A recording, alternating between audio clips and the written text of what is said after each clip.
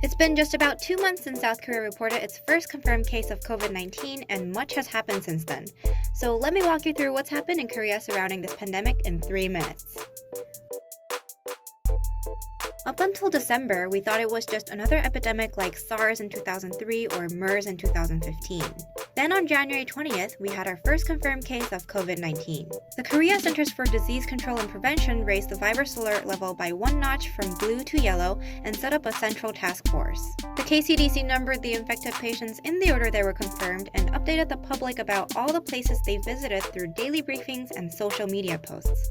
They haven't missed a single day of their regular briefings since the outbreak. A photo of Chung Eun-kyung, the director of KCDC, made headlines in Korea as it showed how she didn't even have time to dye her hair. The South Korean government sent 3 chartered planes to Wuhan to bring home Korean citizens, while medical staff across the country did their best in fighting against COVID-19 at the forefront.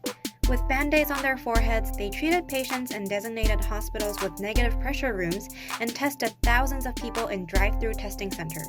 But it wasn't only the government or the medical staff that fought against this virus. The entire nation came together to combat COVID-19. People sent supportive messages to Koreans that came home from Wuhan and donated money or masks for those in need and for relief efforts in Daegu, the special care zone. A college student developed a coronavirus map showing latest updates and movements of affected people, while volunteers flocked in to help package masks. Landlords also froze or cut down on monthly rents to ease the financial burden. So we definitely saw acts of kindness coming from all parts of the country.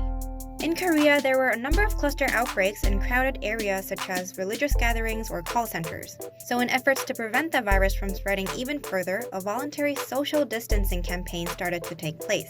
People avoided mass gatherings, streets were empty, and companies allowed their employees to work from home. We witnessed a lot of interesting scenes as well. Events that involved large crowds like concerts or sports tournaments were held without an audience, and high schools held their graduation ceremonies via YouTube Live.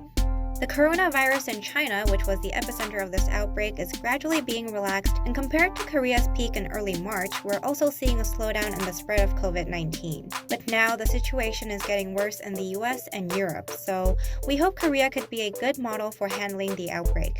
We're still fighting as well, so stay tuned for more updates on the COVID-19 situation in Korea, and I'll see you next time.